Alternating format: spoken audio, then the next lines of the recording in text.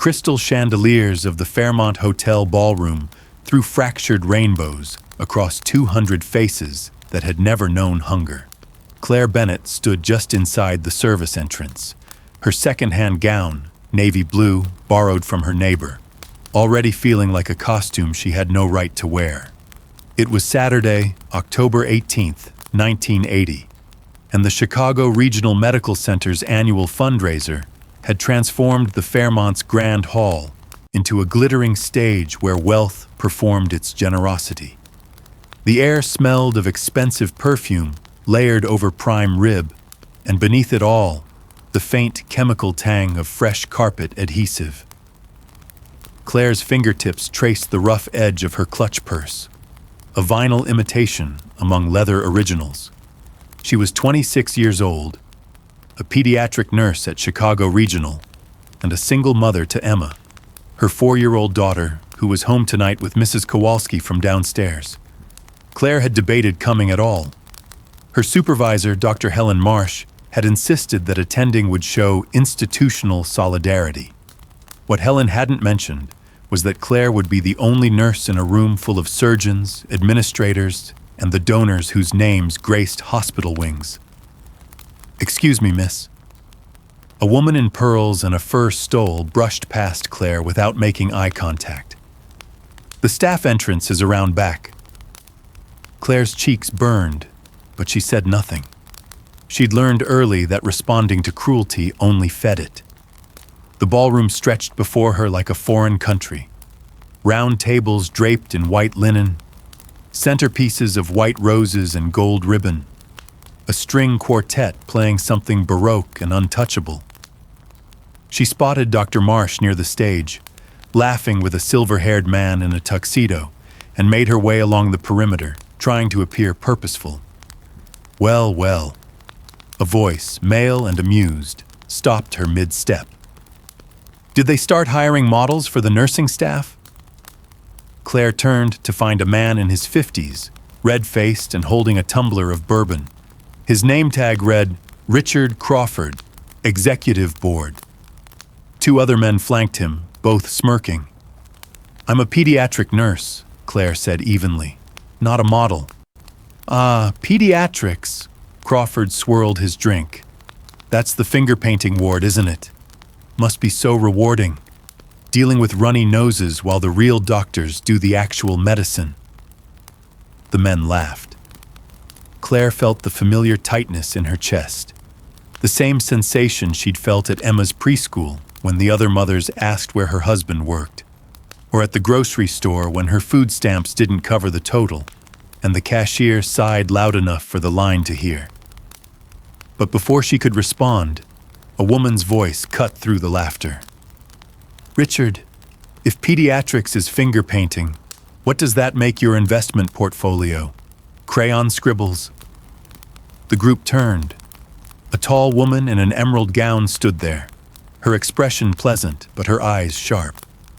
Claire recognized her from the donor wall, Victoria Harrington, whose family had endowed the hospital's new cardiac wing.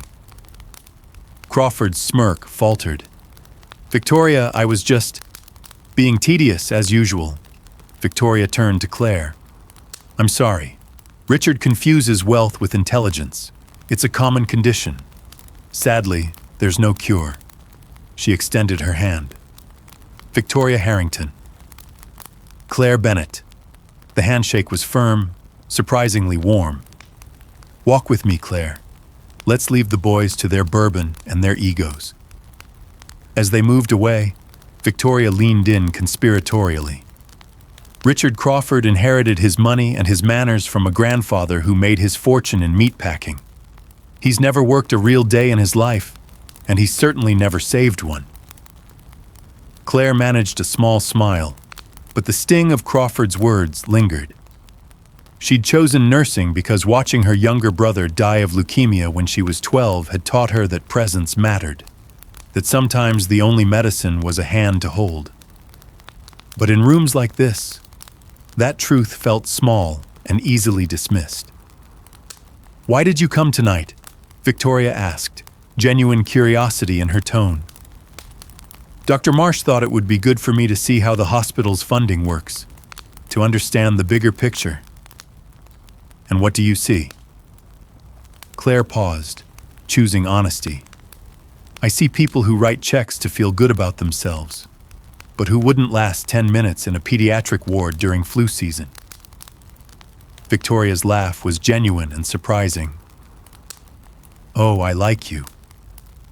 But then, across the ballroom, a sound cut through the music and conversation. A sound every nurse knows in her bones. A child choking. Before I tell you what happened next, I'd love to know, where in the world are you watching from? And what time is it there? Drop a comment below.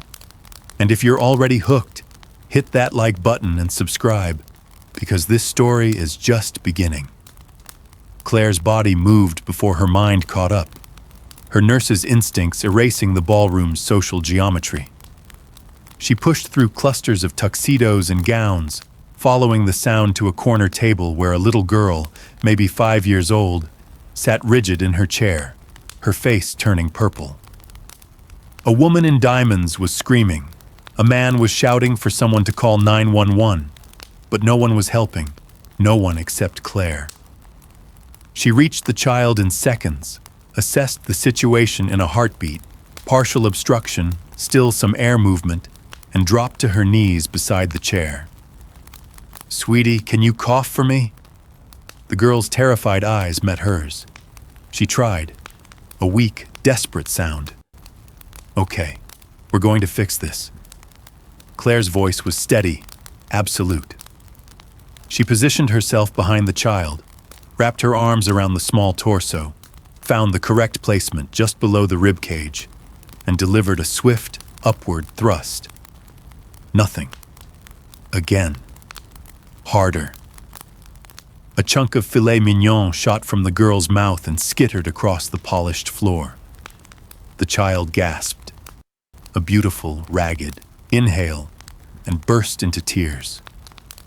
The entire ballroom had gone silent. Claire held the sobbing girl, rocking gently, murmuring the same words she used with Emma after nightmares. "You're okay. You're safe. I've got you." When she finally looked up, she saw 200 faces staring at her. And standing directly in front of her, tears streaming down her face, was Victoria Harrington. "That's my daughter," Victoria whispered. "That's Sophie." But the real shock came when Claire glanced at the name card on the table. Victoria and Thomas Harrington, principal benefactors. The woman who defended her wasn't just a donor. She was the donor. The family whose $20 million gift had built half the hospital. And Claire had just saved her only child's life. Sophie Harrington's breathing steadied in Claire's arms, small hiccups replacing sobs. The moment stretched and bent, everyone frozen in the amber of shock. Then Thomas Harrington, tall, gray-templed, wearing a tuxedo that probably cost more than Claire's monthly rent, dropped to his knees beside them, his composure completely shattered. "Sophie, baby, are you okay?" His hands shook as he touched his daughter's face, her hair, checking for injury with the frantic thoroughness of a parent who'd just glimpsed the abyss. "I'm okay, Daddy." Sophie's voice was hoarse but steady. She looked at Claire with those huge, trusting eyes that children have before the world teaches them suspicion. "The pretty nurse fixed me." Claire gently transferred Sophie into her father's arms and stood, suddenly aware of every eye in the ballroom tracking her movement. Her knees ached from the polished floor. Her borrowed gown had a small tear at the hem. She could feel her careful updo coming loose. Victoria Harrington stood frozen, one hand pressed to her mouth, mascara tracking down her cheeks in dark rivulets. When she finally moved, it was to pull Claire into an embrace so fierce it drove the breath from her lungs. "Thank you." Victoria's whisper was raw, broken. "Thank you. Thank you. Thank you." I'm just glad I was here, Claire managed, awkwardly patting Victoria's back. Public displays of emotion in her world usually meant bad news delivered in hospital corridors. This felt different. Gratitude so overwhelming it had nowhere else to go. When Victoria finally released her, Thomas had approached, Sophie still clinging to his neck. His eyes were red-rimmed, his famous composure. The man was profiled in Forbes Quarterly, nowhere in evidence. Miss Bennett. His voice cracked on her name. I don't know how to... He stopped, collected himself. My daughter is alive because of you. Any nurse would have done the same. But you're the one who did. Thomas glanced around the ballroom, and something sharp entered his expression. Where were the 2 doctors at our table? Where was the hospital administrator?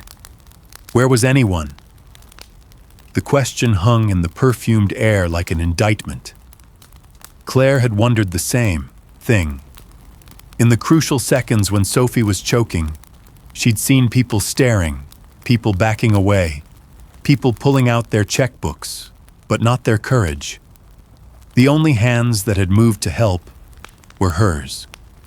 Dr. Helen Marsh materialized at Claire's elbow, her professional smile firmly in place. Claire, wonderful quick thinking. We're all so grateful that... Were you going to help, Helen? Victoria's voice cut like surgical steel. Or were you going to stand there timing the response for your quarterly review? Dr. Marsh's smile flickered. Mrs. Harrington, I was assessing the situation. While my daughter turned purple, Victoria's grief was transforming into something harder, more dangerous. She turned to address the entire ballroom, her voice carrying effortlessly across the space. Ladies and gentlemen, I'd like to introduce you to Claire Bennett. She's a pediatric nurse at Chicago Regional. She makes approximately $18,000 a year. She's a single mother. And tonight, while all of us stood frozen, she saved my daughter's life. The silence that followed was different from before. Shame had a particular quality, Claire had learned. It made people look at their shoes. From this moment forward, Victoria continued, her arm around Claire's shoulders. The Harrington family's donations to this hospital will be contingent on one condition: that we fund programs based on the recommendations of our nurses, not just our surgeons. That we recognize that medicine happens in the hands of people like Claire Bennett, who don't get their names on buildings, but who show up every day and do the work that actually saves lives. Thomas nodded, his expression grim. Consider that our new policy, effective immediately. Richard Crawford, the man who'd mocked Claire earlier, had materialized at the edge of the gathering, his face the color of old concrete. Now let's not be hasty. Shut up, Richard. Victoria didn't even look at him. Claire, would you stay with us for the rest of the evening? I'd very much like Sophie to have you nearby, and I'd like to hear more about what the pediatric ward actually needs. What would you do if your child's life hung in the balance and everyone around you did nothing?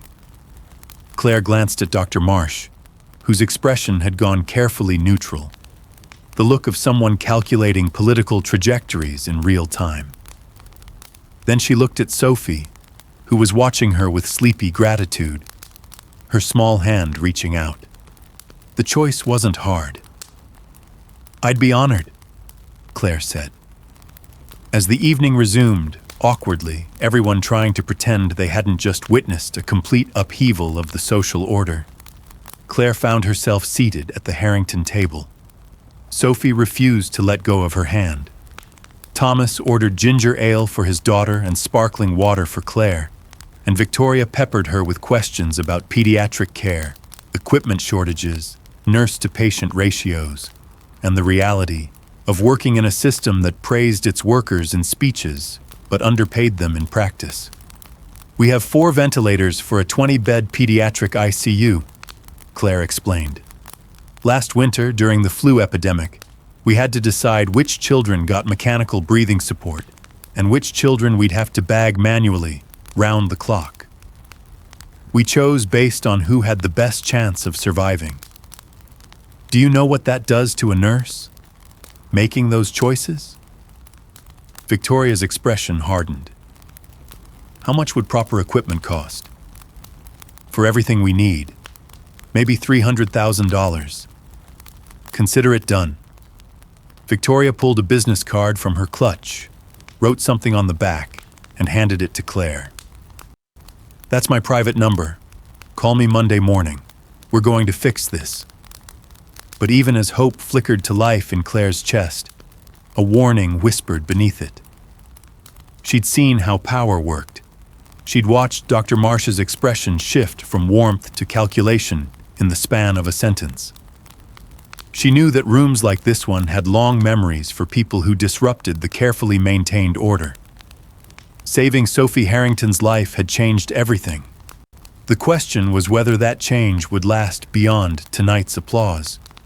Monday morning arrived with October rain drumming against Claire's apartment windows and Emma singing to her stuffed rabbit at the breakfast table. "Mommy, can I have pancakes?" Emma's face was smudged with sleep, her dark curls exploding in every direction. "Toast today, sweetheart. We'll do pancakes on Saturday." Claire spread peanut butter thin, making the jar last. Her paycheck wouldn't arrive until Friday, and the weekend's groceries had eaten most of what remained from the last one. She'd tucked Victoria Harrington's business card into her wallet Saturday night, treating it like something fragile and possibly imaginary. In the gray morning light of her studio apartment, one room divided by a curtain, a kitchenette that barely deserved the name, a bathroom with tiles that had been cracked when she moved in, the entire Gala felt like something she'd dreamed. But when she arrived at Chicago Regional at 6:30 for her shift, everything had changed. The nurse's station in pediatrics was buzzing with an energy that felt both excited and dangerous. Marcy, the charge nurse, grabbed Claire's arm the moment she walked through the door. "Have you seen it?"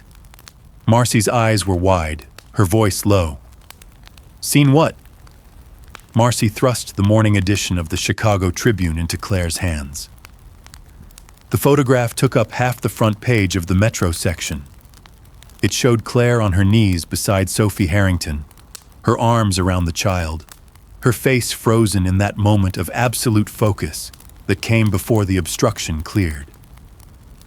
The headline read, "Nurse saves donor's daughter while wealthy crowd watches." Claire's stomach dropped. "Keep reading," Marcy urged. The article was written by a society columnist named Patricia Wells, and it was devastating in its precision. Wells had been at the Gala. She'd witnessed everything, and she'd written it as a morality play, with Claire as the unlikely hero and Chicago's elite as the villains who'd frozen in their moment of testing. While 200 of Chicago's wealthiest citizens stood paralyzed, Wells wrote, a 26-year-old pediatric nurse making less than $20,000 a year did what none of them could. She saved a child's life. Claire Bennett's quick action Saturday night raises uncomfortable questions about who we value in our medical institutions, and why the people doing the hardest work are often the ones we see least.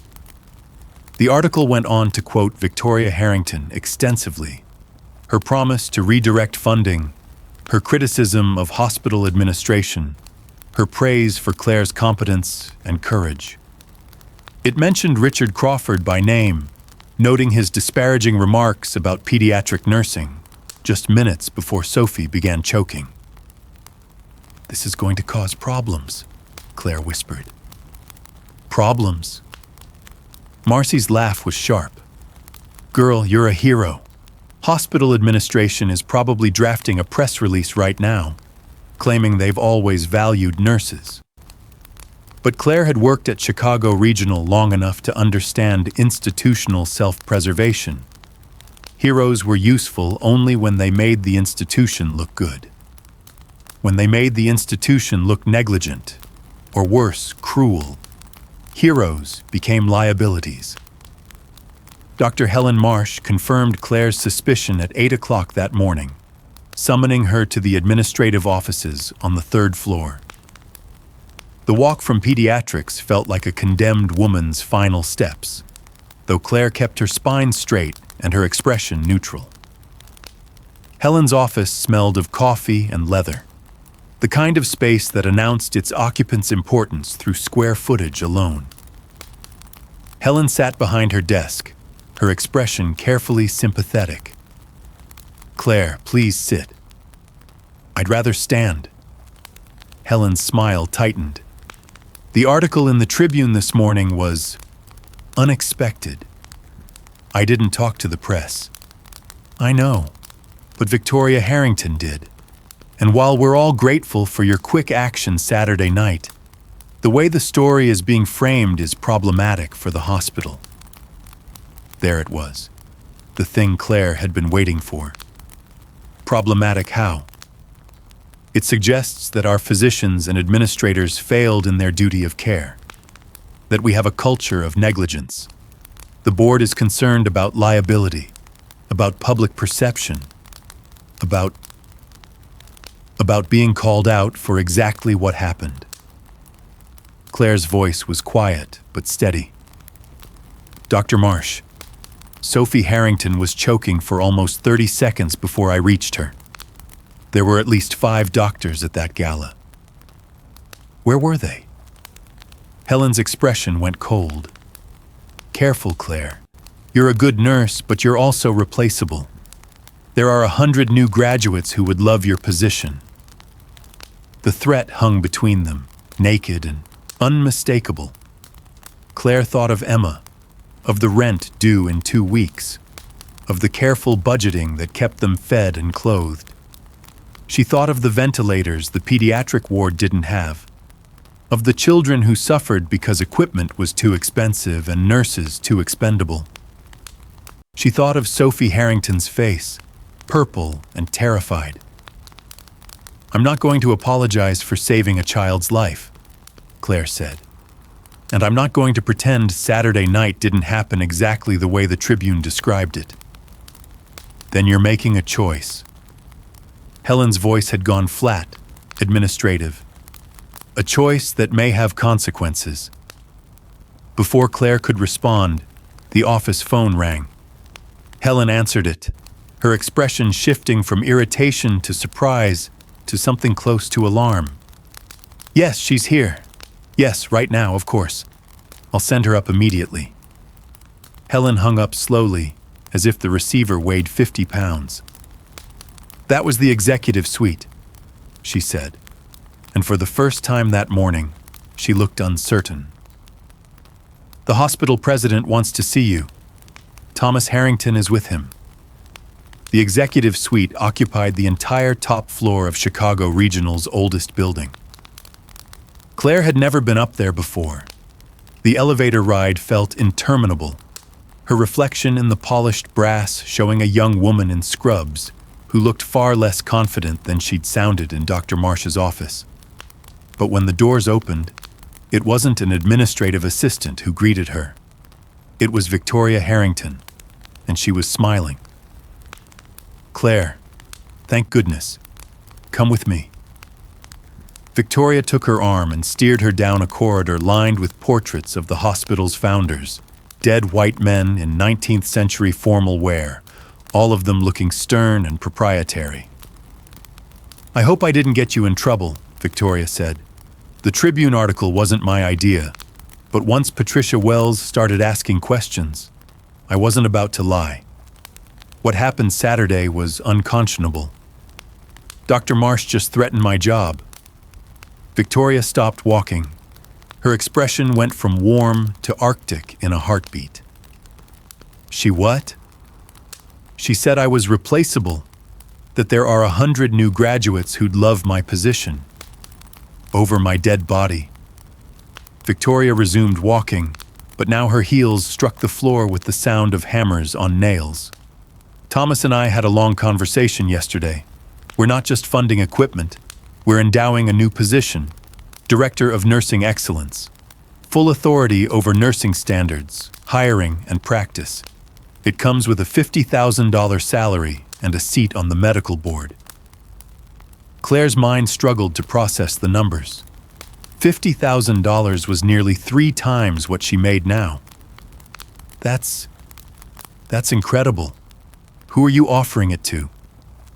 Victoria stopped at a set of double doors, turned, and looked at Claire with an expression of amused exasperation. You, Claire. We're offering it to you. Claire's laugh came out strangled, disbelieving. You can't be serious. I'm always serious about my investments. Victoria pushed open the double doors. And right now, you're the best investment this hospital could make. The conference room beyond was paneled in dark wood that had probably witnessed a century of Chicago's medical politics. Thomas Harrington stood by the windows overlooking the city, his posture military straight despite the exhaustion evident in his face. Beside him sat Gerald Ashford, the hospital president, a careful man in his 60s whose reputation for political maneuvering was legendary. And in the corner, notepad in hand, sat Patricia Wells from the Tribune. Claire stopped in the doorway. I don't understand what's happening. Accountability, Victoria said simply. Sit down, please. Thomas turned from the window, and Claire saw something raw in his expression. The particular vulnerability of a parent who'd almost lost everything. Miss Bennett, my daughter woke up this morning asking if the pretty nurse could come have tea with her. She doesn't understand that you saved her life. She just knows you helped her when she was scared. His voice broke slightly on the last word. Sophie's fine because of you, he continued. But how many children aren't fine because this hospital has been making decisions based on prestige instead of patient care? How many nurses have been told they're replaceable while administrators who've never touched a patient make 6-figure salaries? Gerald Ashford cleared his throat. Thomas, I think we should discuss this privately before... No. Victoria's voice was surgical steel. We're done with private discussions that lead nowhere. Patricia is here because we're making a public commitment. The Harrington family is establishing the Bennett Fund for Nursing Excellence.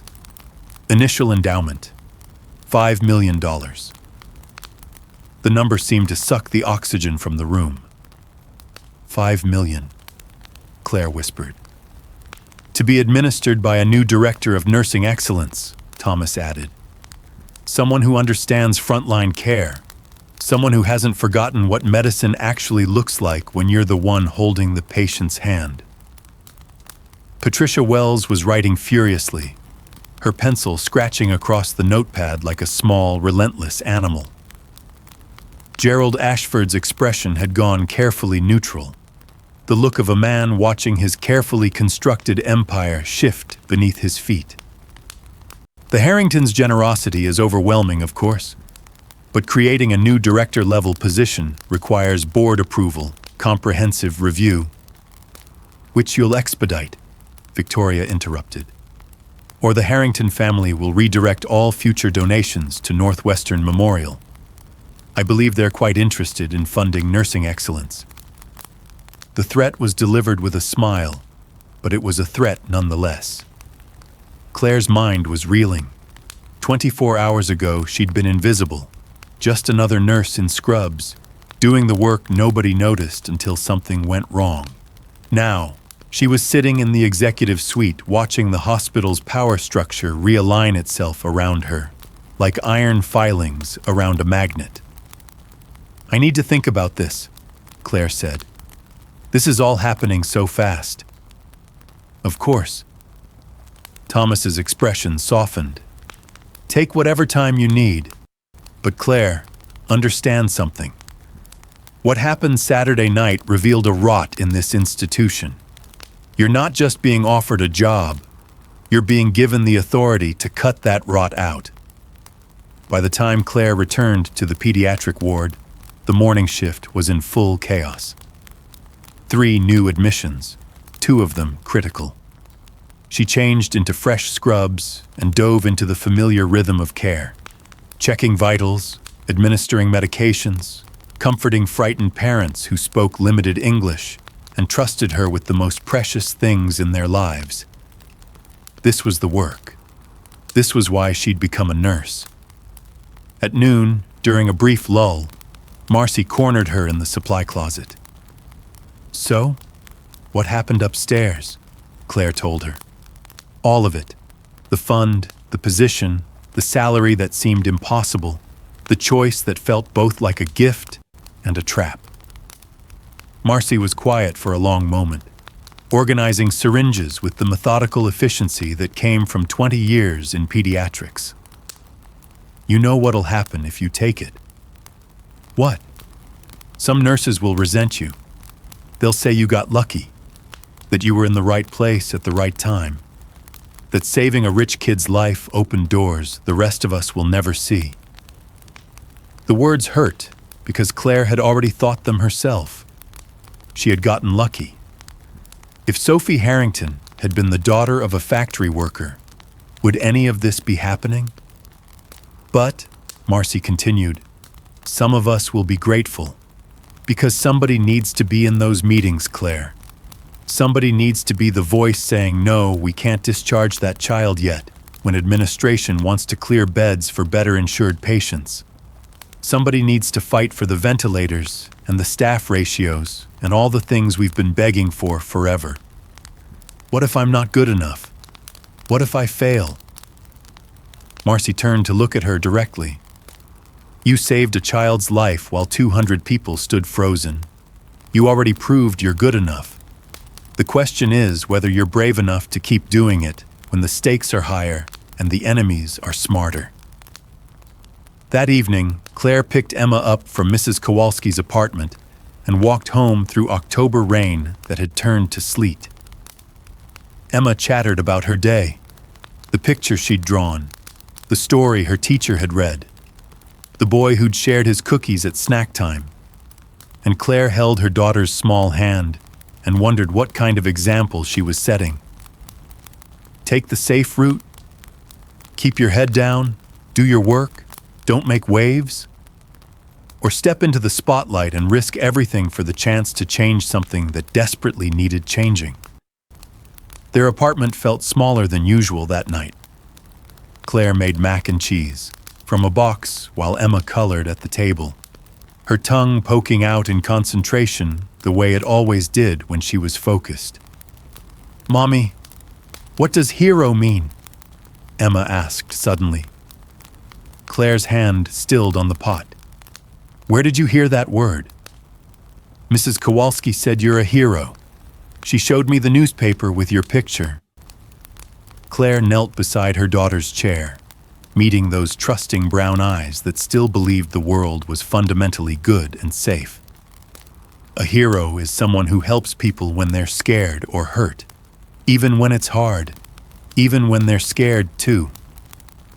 "Were you scared?" "Yes, baby. I was scared." "But you helped anyway?" "Yes." Emma considered this with the gravity children bring to understanding their parents' choices. "Then Mrs. Kowalski is right. You're a hero." Claire pulled her daughter close, breathing in the strawberry shampoo smell of her hair, and made her decision. Sometimes the bravest thing you could do was refuse to stay invisible. Claire called Victoria Harrington Tuesday morning at 7 before her courage could falter. "I'll take the position," she said, "but I have conditions." Victoria's laugh was warm, approving. "I'd be disappointed if you didn't. Tell me." "I want to keep working shifts in pediatrics, at least 1 per week. I don't want to become someone who makes decisions about patient care from behind a desk without remembering what it actually feels like." "Done. What else?" "I want the authority to hire and fire based on competence and compassion, not seniority or politics. And I want nurses involved in every decision that affects patient care. Not just consulted, but given actual votes in policy meetings. There was a pause. Claire could hear papers rustling, the scratch of a pen. You're going to make enemies, Claire. You understand that? I've already made them. I might as well make them count. Then welcome to the fight. We'll announce your appointment Friday morning. Press conference at 10. Wear something you feel powerful in. The news leaked Wednesday afternoon, as institutional secrets always did. Claire was checking on Marcus Williams, 7 years old, sickle cell crisis, 3rd admission this month, when she felt the shift in atmosphere. Conversations stopping when she entered rooms, eyes following her down corridors. The particular quality of silence that meant people were talking about you the moment you left. At the nurse's station, she found a note tucked under her time card. Block letters, no signature. Some of us earned our positions. You just got lucky. Watch your back. Claire folded it carefully and slipped it into her pocket. Marcy, watching from the medication room, shook her head. It's starting already. Who do you think wrote it? Does it matter? It's the sentiment that counts. You're disrupting the order, Claire. Some people have spent years playing the game, kissing the right hands, waiting their turn. Now you're jumping the line because you did one heroic thing. It wasn't heroic. It was basic emergency response, which is exactly why it's heroic. You did the thing everyone should have done but didn't. Marcy handed her a medication tray. Room 412 needs IV antibiotics. And Claire, keep that note. You're going to need documentation when things get worse. When, not if. Thursday brought the first organized resistance. Dr. Philip Jacobson, chief of surgery, requested a meeting with Claire during her lunch break. She found him in his office, a space twice the size of Dr. Marsh's, with diplomas covering one wall like defensive armor. Miss Bennett. He didn't invite her to sit. I wanted to discuss this new position the Harringtons have created. What about it? It sets a dangerous precedent. Clinical decisions should be made by physicians, not nurses. The hierarchy exists for a reason. Training, expertise, liability. Claire remained standing, keeping her voice level. The hierarchy exists to protect physicians' authority, Dr. Jacobson, not patients' well-being. His expression hardened. You're 26 years old with less than 4 years of experience. You're being handed power you haven't earned because you were in the right place at the right time. Do you have any idea how that looks to those of us who've spent decades building this institution? It looks like someone finally recognized that nurses see things doctors miss, that we're with patients for 12-hour shifts while you're with them for 15 minutes. That good nursing can prevent the complications you get credit for treating. Jacobson's jaw worked. You're making a mistake. The medical board won't accept this easily. We have ways of making life difficult for those who don't understand their place. The threat was unmistakable. Is that what you told the nurses who tried to report the ventilator shortage last year? Claire asked quietly. The ones who documented that children were dying from preventable respiratory failures? I've read the incident reports, Dr. Jacobson. The ones that were buried because they made the surgical department look bad. His face went pale. How did you? I've been a nurse here for 3 years. We talk to each other. We see everything. Claire moved toward the door, then paused. I'm not interested in destroying anyone's career, doctor, but I am interested in making sure that when the next child comes through our doors, we have the equipment and the culture to save them. If that threatens you, maybe you should ask yourself why. She left him standing there, and her hands didn't start shaking until she reached the stairwell.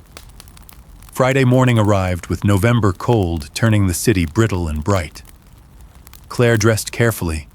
A navy suit Victoria had insisted on buying her, modest heels, her mother's pearl earrings that she only wore for important occasions. Emma had kissed her goodbye with sticky fingers and a fierce hug, sensing something significant in the air. "You look like a princess, Mommy. I feel like an imposter, baby." "What's an imposter?" "Someone pretending to be something they're not." Emma had frowned, considering this with 4-year-old wisdom. "But you're just being you. That's not pretending." Out of the mouths of babes. The press conference was held in the hospital's main atrium, a soaring space with skylights that turned the November morning into cathedral light. 20 reporters sat in folding chairs, cameras set up on tripods, the mechanical predators of public attention, ready to capture and dissect. Victoria and Thomas stood with Claire near the podium. Gerald Ashford hovered nearby, his expression carefully neutral. A man who'd learned to align himself with power regardless of its source. "Ready?" Victoria whispered. "No, but I'm doing it anyway." Thomas approached the microphone first, his voice steady and clear. 3 weeks ago, my daughter Sophie choked at a hospital fundraiser. For 30 seconds, which felt like 30 hours, she couldn't breathe. In that moment, 200 people with medical connections and resources did nothing. One person acted. One person had the training, the courage, and the compassion to save my daughter's life. He gestured for Claire to join him at the podium. Claire Bennett is 26 years old. She's a single mother. She's a pediatric nurse who makes less in a year than many people in that ballroom spend on vacations. And she's the person we're trusting with $5 million and the authority to transform nursing excellence at this institution. Not because she's perfect, not because she's the most experienced, but because when it mattered most, she was the only one who remembered what medicine is actually for. The cameras swung toward Claire like searchlights. She stepped to the microphone, her heart hammering, and looked out at the assembled reporters. Patricia Wells sat in the front row, pen poised, her expression encouraging. "I didn't save Sophie Harrington because I'm special," Claire began, her voice steadier than she felt. "I saved her because that's what nurses do. Every single day, in moments nobody photographs or writes about. Nurses are making the difference between life and death. We're catching medication errors. We're noticing the subtle signs that something's wrong. We're holding hands and translating medical jargon and advocating for patients who can't advocate for themselves." She paused, gathering the words she'd rehearsed in her mirror at 3 a.m. "This position isn't about me.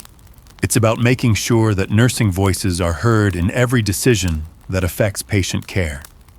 It's about recognizing that the people doing the hardest, most intimate work of medicine deserve respect, resources, and the authority to shape the institutions they serve." A reporter's hand shot up. "Miss Bennett, some physicians are saying you're unqualified for this position. How do you respond?" Claire met the question directly. "I'd ask them to define qualified. If it means years of administrative experience, they're right. I don't have that.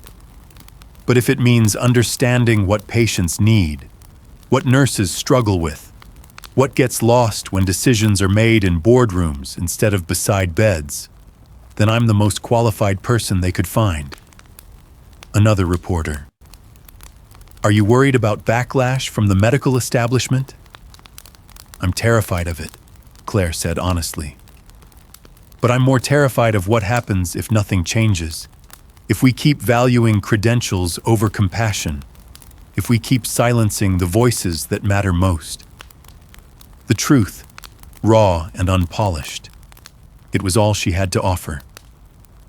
The backlash began before Claire even left the atrium. Dr. Jacobson stood at the back of the press conference, arms crossed, surrounded by a cluster of senior physicians whose expressions ranged from skeptical to openly hostile. As reporters packed up their equipment, he approached the podium with the deliberate stride of someone preparing for battle. "A word, Miss Bennett?" His tone made it clear this wasn't a request. Victoria stepped closer, protective, but Claire touched her arm gently. "It's fine. I need to learn to handle this." They moved to a quiet corner near the windows overlooking the hospital's courtyard. Outside, autumn leaves tumbled across concrete like refugees fleeing winter. "That was quite a performance," Jacobson said. "Very moving. I'm sure it will play well in tomorrow's newspapers." It wasn't a performance. It was the truth. Your truth, perhaps.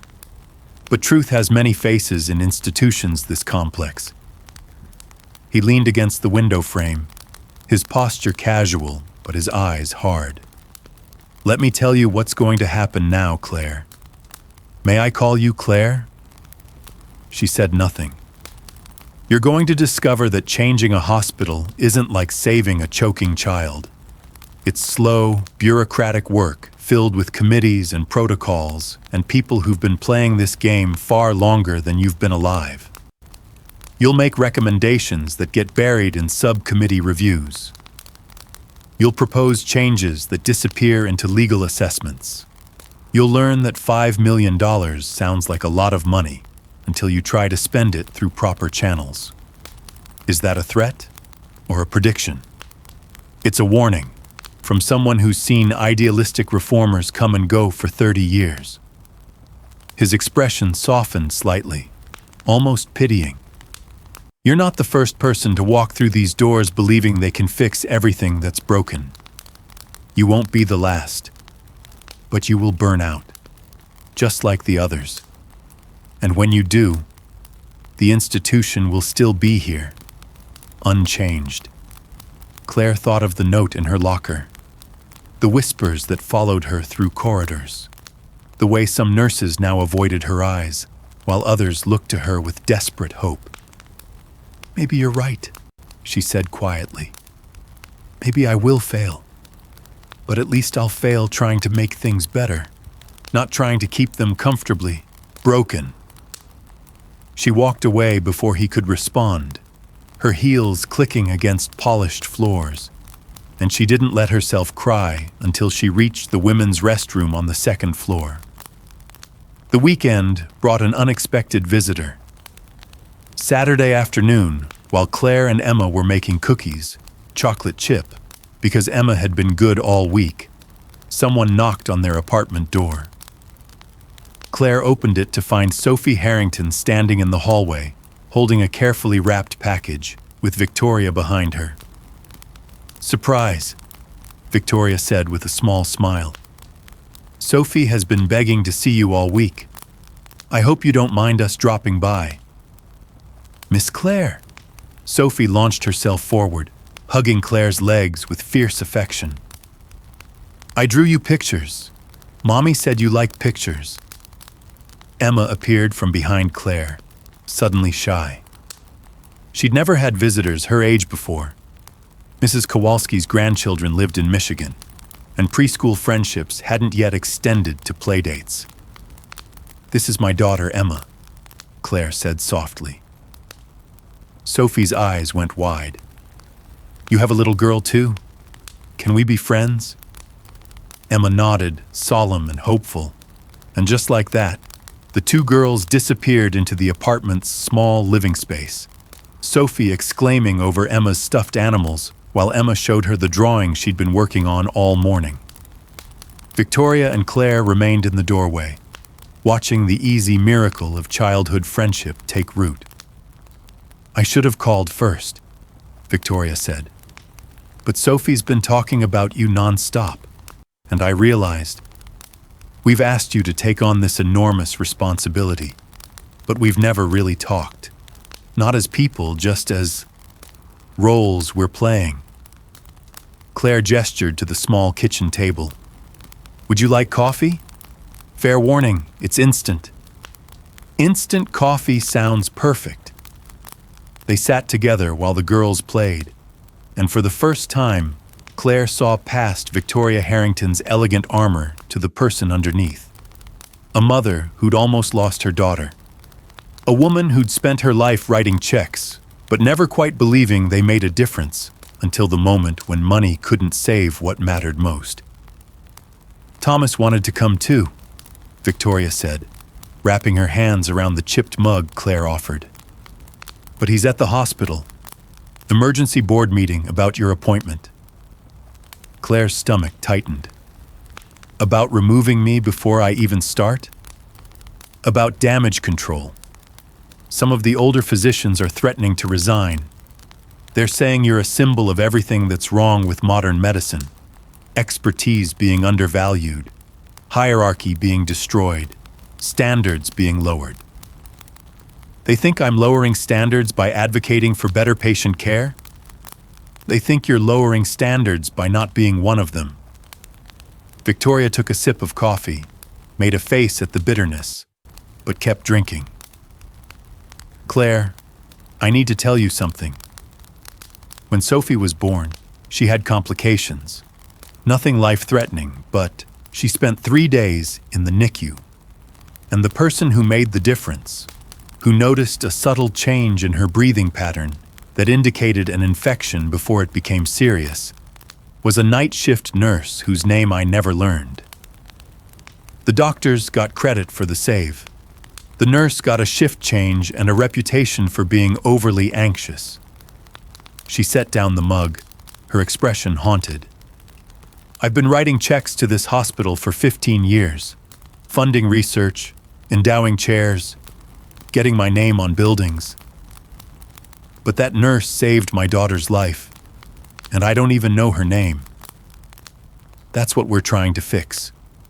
Not just equipment and salaries, but the fundamental disrespect embedded in how we think about care." From the living area, the girls' laughter rang out. Emma showing Sophie how to make her stuffed rabbit dance, both of them dissolving into giggles. "They're going to come after you harder than you expect," Victoria continued. "And not just with bureaucracy. There will be rumors, suggestions that you're sleeping your way to the top, that you're mentally unstable, that you're neglecting Emma because you're too focused on career advancement. They'll weaponize every vulnerability."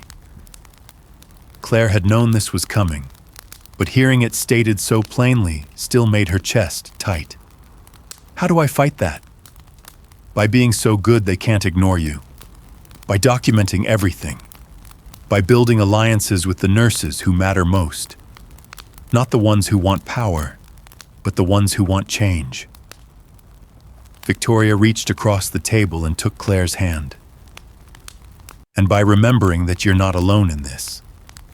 Thomas and I didn't fund this position to watch you fail. We're prepared to fight." Monday morning, Claire started her new role officially. Her office was small, barely larger than a supply closet, tucked between the pediatric ward and the administrative wing, as if the hospital couldn't quite decide where she belonged. But it had a desk, a phone, and a door that locked. More privacy than she'd ever had. Marcy brought her coffee at 8. "Welcome to management. It's lonelier than you think." By 9, Claire had already fielded 3 angry calls from physicians demanding to know why their recommendations for nurse discipline had been overturned. 2 requests from nurses asking if she could guarantee their jobs were safe if they reported safety violations, and 1 hang-up that felt distinctly threatening. At 10, Gerald Ashford appeared in her doorway. "Miss Bennett, settling in?" "As much as possible." "Good, good." He lingered, uncomfortable in a way that suggested bad news delivered poorly. "I wanted to give you a heads up. There's been a formal complaint filed with the medical board. Dr. Jacobson and 6 other senior physicians are alleging that your appointment violates hospital governance structures and sets a dangerous precedent for clinical decision-making authority." Claire's hands went cold. "Are they trying to block my appointment? They're trying to limit your authority, restrict you to advisory roles only. no actual policy-making power. Ashford had the grace to look embarrassed. The board meets Wednesday to discuss it. You'll be invited to speak in your own defense. After he left, Claire sat alone in her small office, staring at the blank walls, and wondered if Dr. Jacobson had been right after all. Maybe idealism wasn't enough. Maybe the institution always won. Wednesday morning arrived with the kind of cold that made Chicago feel like a city under siege. Claire dressed in the navy suit again, her armor now, the uniform of legitimacy she hadn't earned but desperately needed to project. Emma had sensed her mother's anxiety over breakfast, clinging harder than usual during the goodbye hug. "Are you scared, Mommy?" "Yes, baby." "But you're going anyway?" "Yes." Emma had kissed her cheek, sticky with syrup. "Then you're still being a hero." The medical board met in the hospital's oldest conference room, a space that smelled of wood polish and institutional power. 12 board members sat around a mahogany table that looked like it had witnessed a century of decisions. Some wise, most expedient, all final. Dr. Jacobson sat among them, his expression carefully neutral. Claire was invited to sit at the far end of the table, physically separated from the decision-makers, a supplicant requesting mercy from an unmovable court. Gerald Ashford called the meeting to order at precisely 9 o'clock. "We're here to discuss the newly created position of Director of Nursing Excellence and the concerns raised by several physicians regarding its scope and authority. Dr. Jacobson, you filed the formal complaint. Please present your case." Jacobson stood, his presentation polished and devastating. He argued that Claire's appointment violated decades of established medical hierarchy, that giving nurses policy-making authority would blur the lines of clinical responsibility and increase liability, that the Harrington family's donation, while generous, shouldn't allow them to restructure hospital governance based on emotional reactions to a single incident. "Miss Bennett is a competent nurse," he concluded, his tone suggesting competence was a distant cousin to qualification. "But competence in bedside care doesn't translate to competence in institutional leadership. We're proposing that her role be restructured as advisory only. She can make recommendations, but final decisions on policy and practice remain with physician leadership, as they always have." Several board members nodded.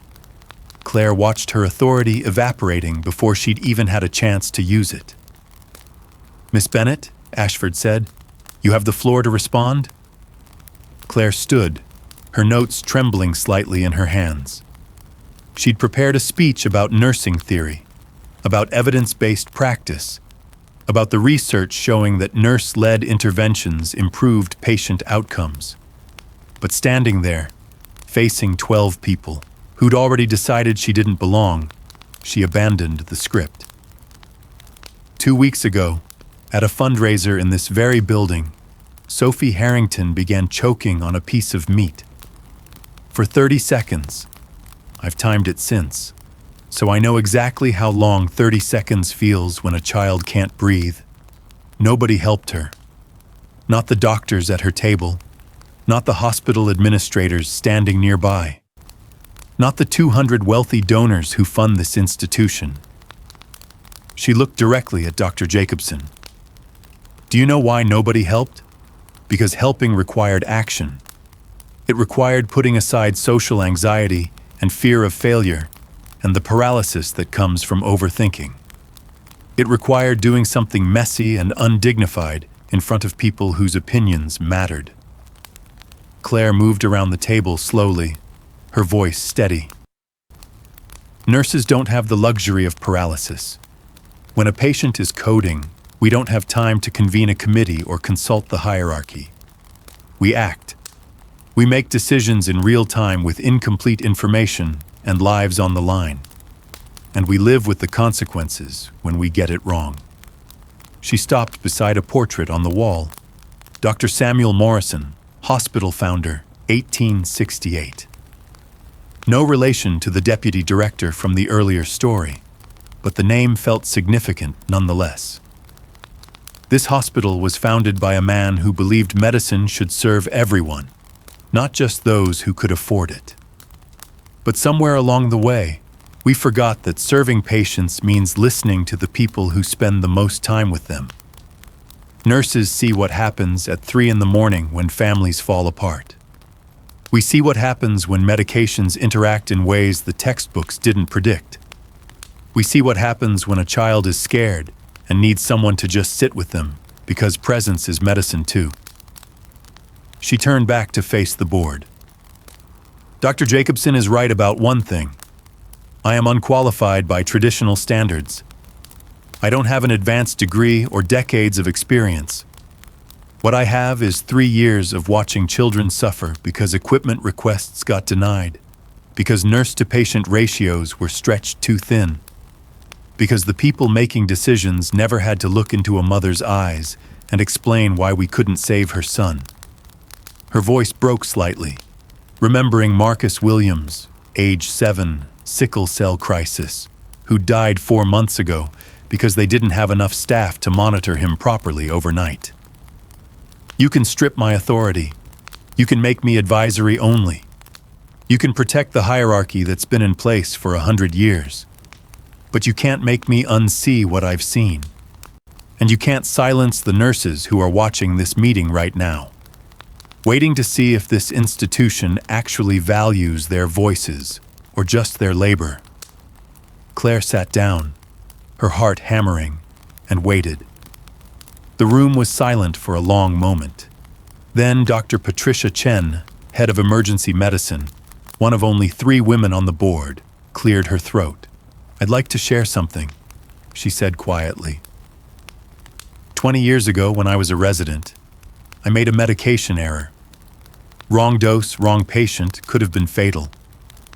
A nurse caught it before I administered it. She didn't humiliate me or report me. She just quietly fixed it and suggested I double-check my calculations when I was tired. She saved a patient's life and my career. Dr. Chen looked around the table. I never thanked her properly. I never even learned her name. And I've spent 20 years watching us treat nurses as invisible until we need them. Then invisible again the moment the crisis passes. So I'm voting to uphold Miss Bennett's full authority. Not because she's perfect, but because someone needs to be in these rooms saying the things we're too comfortable to hear. Another board member, Leonard Vasquez, community representative, spoke up. My granddaughter was treated in pediatrics last year. Asthma attack. The doctor spent maybe 10 minutes with her. The nurse spent hours. She's the one who noticed my daughter-in-law was on the verge of collapse and got her coffee and a chair. She's the one who explained the treatment plan in Spanish because my daughter-in-law's English isn't strong. She's the one who made the difference. He looked at Claire. I don't care about hierarchy. I care about who helps my family when they're scared. I vote to uphold the appointment. One by one, other voices joined. Not all of them. Dr. Jacobson and 3 others remained opposed, their expressions tight with resentment. But 8 votes was enough. 8 votes was a majority. Gerald Ashford looked faintly surprised by the outcome, but he banged his gavel with bureaucratic precision. The motion to restrict Miss Bennett's authority is defeated. Her appointment as Director of Nursing Excellence stands with full policy-making power, subject to standard institutional review. Claire walked out of that conference room with her authority intact, and her hands shaking so badly she had to lean against the wall in the corridor. Victoria found her there 5 minutes later. I was waiting outside. I heard the result. Claire, you did it. I almost lost. But you didn't. And now you have the power to actually change things. Victoria pulled her into a fierce hug. Use it. For Sophie. For Emma. For every nurse who's been told to be quiet and grateful. That afternoon, Claire held her first official meeting with the nursing staff. 30 nurses crammed into the small conference room, some hopeful, some skeptical, all exhausted from years of fighting battles they'd been told weren't worth fighting. "I can't promise this will be easy," Claire told them. "I can't promise I won't make mistakes, but I can promise that your voices will be heard, that your concerns will matter, that when you tell me a patient is in danger and the protocols say otherwise, I will listen to you." Marcy raised her hand. "What's the first change you're making?" Claire had thought about this carefully. She needed something concrete, something that would demonstrate immediate impact. Effective immediately, we're implementing a nurse-driven protocol for pain management in pediatrics. You won't need a physician's order to administer first-line analgesics for children in acute pain. You'll have the authority to assess and treat, with physician notification but not approval. The room went silent. Then someone started clapping. Then another. Then all of them. The sound echoing off the walls like thunder. Small victories. But victories nonetheless. 6 months later, Emma turned 5 with a birthday party in the Morrison Ranch. No, wrong story. 6 months later, Emma turned 5 with a birthday party at Victoria and Thomas Harrington's home in Lake Forest, a sprawling estate that made Claire's apartment look like a closet, but somehow felt warm when filled with children's laughter. Sophie and Emma had become inseparable. 2 little girls who understood instinctively that friendship wasn't about matching tax brackets.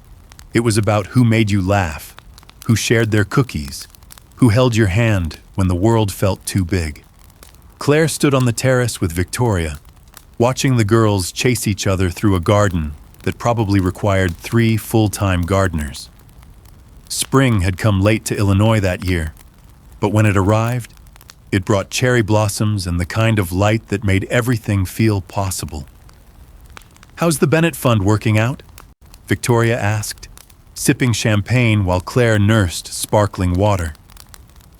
"We've purchased 4 new ventilators, hired 6 additional night shift nurses, and implemented the pain management protocol in 3 departments beyond pediatrics. Dr. Chen in emergency medicine is actually asking for more nurse-driven protocols. Says we're catching problems faster than the traditional model ever did." "And the resistance?" Claire's smile was wry. "Dr. Jacobson barely speaks to me, but last week one of his surgical residents asked if I'd review their post-operative care procedures because they were seeing too many complications that might be preventable with better nursing involvement. Change is happening. Slowly, but it's happening." What she didn't mention was the cost.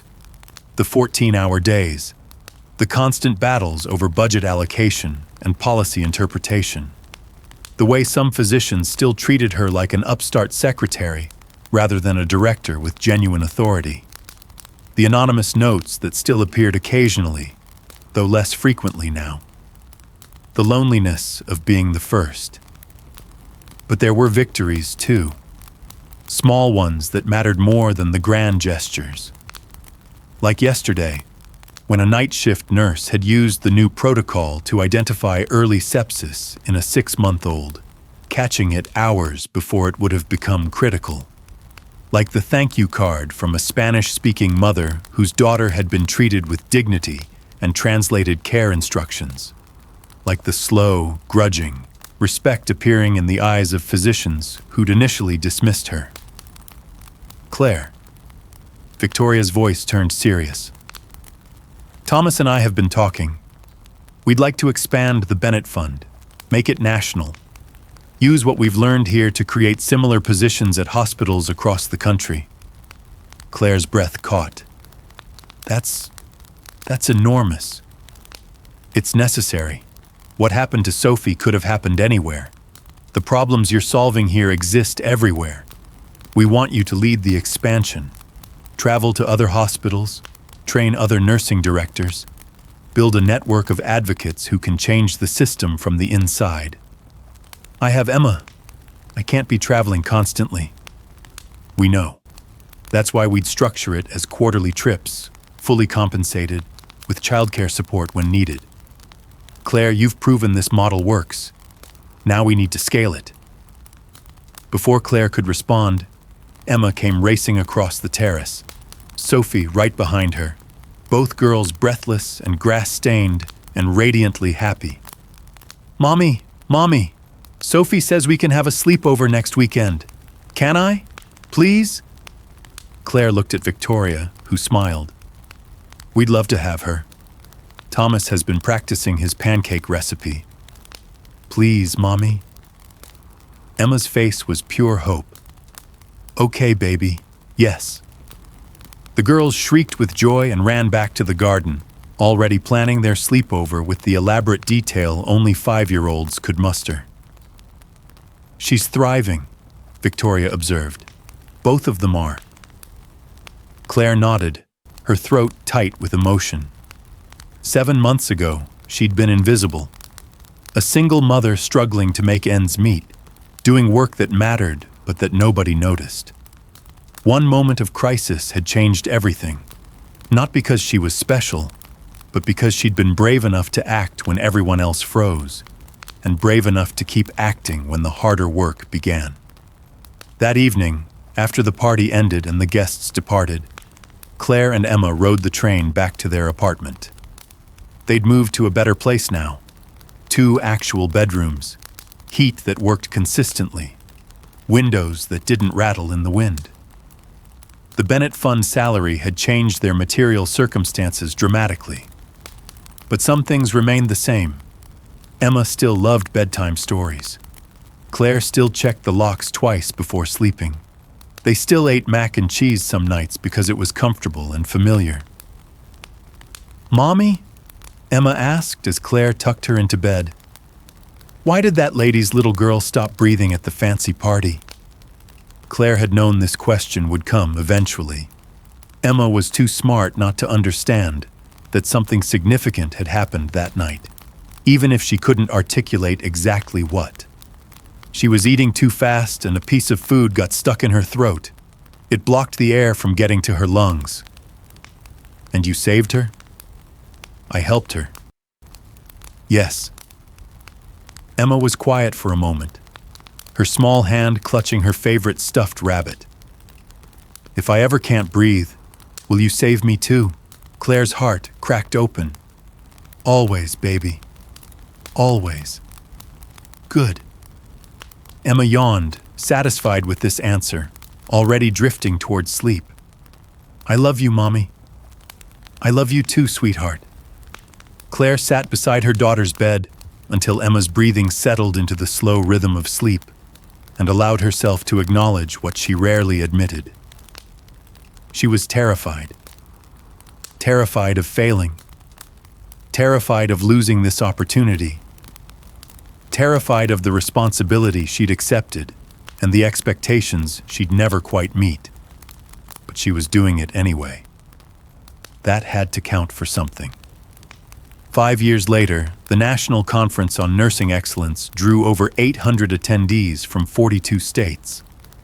Claire stood backstage at the convention center in Denver, listening to the moderator introduce her, and marveled at how far the ripples had spread. The Bennett Fund now operated in 17 hospitals across the country. Nurse-driven protocols had reduced preventable complications by 32% in participating institutions. Patient satisfaction scores had increased. Nurse retention rates had improved. The data was undeniable. But the real victory was in the stories. The nurse in Seattle who'd identified early stroke symptoms in a patient everyone else had dismissed. The nurse in Atlanta who'd redesigned their medication reconciliation process and prevented dozens of potential errors. The nurse in Boston who'd advocated for interpreter services and transformed care for non-English speaking families. All of them using authority that hadn't existed before. Speaking up in spaces where they'd previously been silent.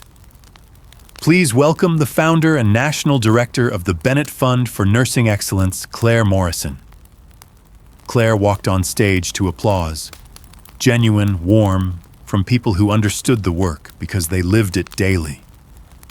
She wasn't the same terrified 26-year-old who'd stood in the Fairmont Hotel ballroom 7 years ago, invisible in a borrowed gown. She'd earned her confidence through 1,000 small battles and a few spectacular victories. But the core remained the same. Belief that presence mattered, that advocacy mattered, that the people doing the hardest work of healing deserved to be heard. "Thank you all for being here," she began. 7 years ago, I saved a child's life at a hospital fundraiser. It wasn't heroic. It was basic emergency response that any nurse would have provided. But in that moment, something became visible that had always been true. Nurses are the backbone of medicine, and we've been undervalued for far too long. She spoke for 40 minutes about protocols and policies, about data and outcomes, about the practical mechanics of institutional change. But she ended with something simpler. Every day, nurses make the difference between life and death in ways that never make headlines. You hold hands during last breaths. You catch errors before they become tragedies. You translate fear into understanding and pain into comfort. You are the medicine that can't be prescribed, the intervention that can't be billed, the care that makes everything else possible. Don't ever let anyone tell you that you're just following orders or that your work is less important than theirs. You are essential, you are powerful, and you are finally being recognized. The standing ovation lasted 3 minutes. That night, Claire video called Emma, who was now 10 years old and spending the weekend with Sophie at the Harrington estate. Her daughter's face filled the screen, gap-toothed and freckled and full of opinions about everything. "How was your speech, Mom?" "It went well." "How's your weekend?" "Sophie and I are building a fort in the library. Mr. Harrington says we can use all the sheets we want, but we have to put them back when we're done." Emma leaned closer to the camera, conspiratorial. "Mom, do you think I could be a nurse when I grow up? Like you?" Claire's chest filled with complicated emotions: pride, fear, hope, exhaustion. "You can be anything you want, baby. Nurse, doctor, architect, teacher, anything. The question isn't what you can be. It's what you want to fight for." Emma considered this with the gravity she brought to important questions. "I want to fight for people who need help, like you do." "Then you're already on the right path."